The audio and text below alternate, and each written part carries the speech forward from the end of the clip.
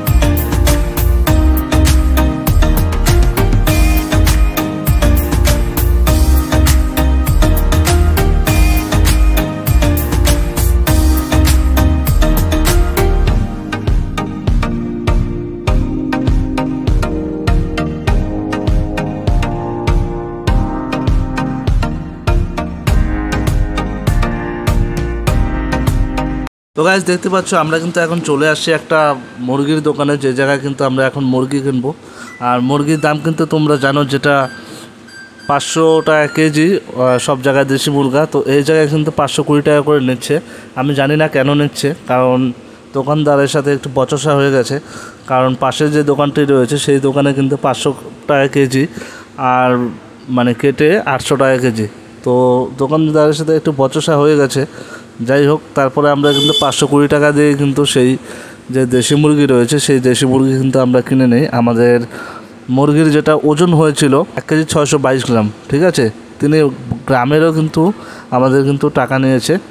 তো যাই হোক, আমরা কিন্তু সেইখান থেকে কিন্তু মুরগি কেনার পর 2 টাকা মুরগি কিন্তু আমরা নিই, একটা মুরগা একটা মুরগি। তো দেখতে পাচ্ছ 1 কেজি 622 গ্রাম ওজন হওয়ার পরে সেই জায়গা থেকে কিন্তু আমরা মুরগি কিনে কেটে কুটে কিন্তু বাড়ি নিয়ে যাই, এবং বাড়ি গিয়ে দেখতে থাকো আমাদের এখন আমরা কিন্তু রান্না করব। তো গাইস দেখলাম আমরা কিন্তু এখন যে দেশি মুরগা রয়েছে, দেশি মুরগা কিন্তু এখন আমরা কেটে কিন্তু বাড়ি নিয়ে যাচ্ছি, এখন আমরা নিয়ে গিয়ে রান্না করব। তো দেখতে থাকো আজকে আমাদের ব্লগ, এবং পুরো ব্লগটা দেখার জন্য আমি অবশ্যই অনুরোধ করব। তারপর কিন্তু আমরা একটা চালের দোকানে চলে আসি, যেই দোকানে কিন্তু চাল কিন্তু আমরা 40-94 কিন্তু নিই। 750 গ্রাম চালের দাম নিয়েছে আমাদের 30 টাকা। তো 30 টাকার চাল নিয়ে কিন্তু আমরা এই জায়গা থেকে কিন্তু আমরা চলে যাই।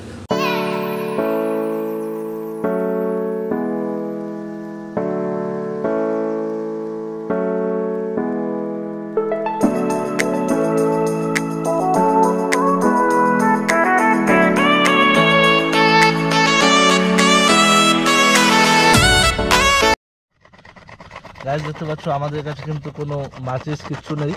তো সেই জন্য দেখতে পাচ্ছ এটা আধুনিক মানে পুরাতন পদ্ধতিতে কিন্তু এইভাবে আগুন ধরানোর চেষ্টা করতেছে, কিন্তু কোনো পরিবর্তন নেই। হয়তো এটা বিফলে যেতে পারে, আমার তো মনে হচ্ছে না এটা কাজে দেবে।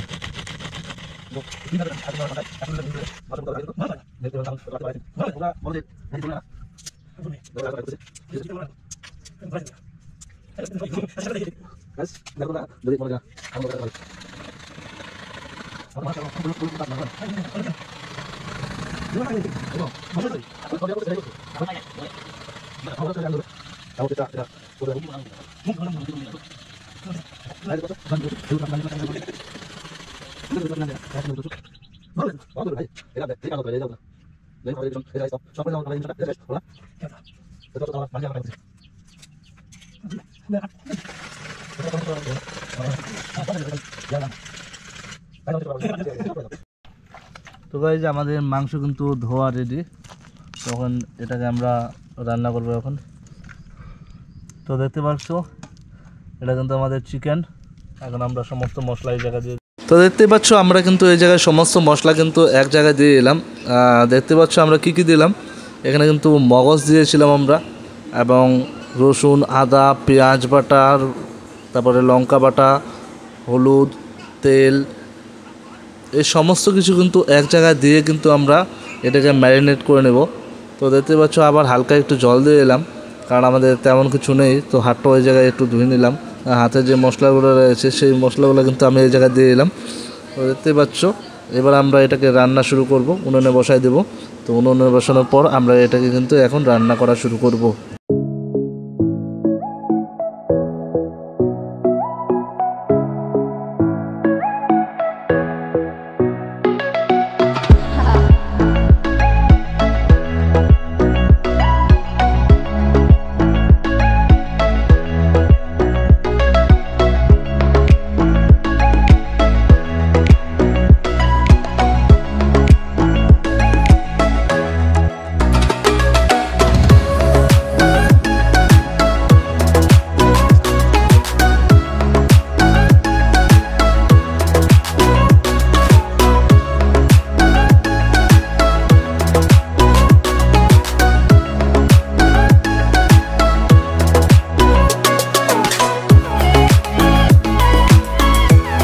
25 মিনিটের মতো কিন্তু মাংসটাকে কষানোর পর তারপরে কিন্তু আমরা জল দিয়ে দেবো। জল দেওয়ার পর দেখতে পাচ্ছ এরকম করে আবার মোটামুটি আবার 25 মিনিট এইভাবে ঢাকনা দিয়ে রাখবো।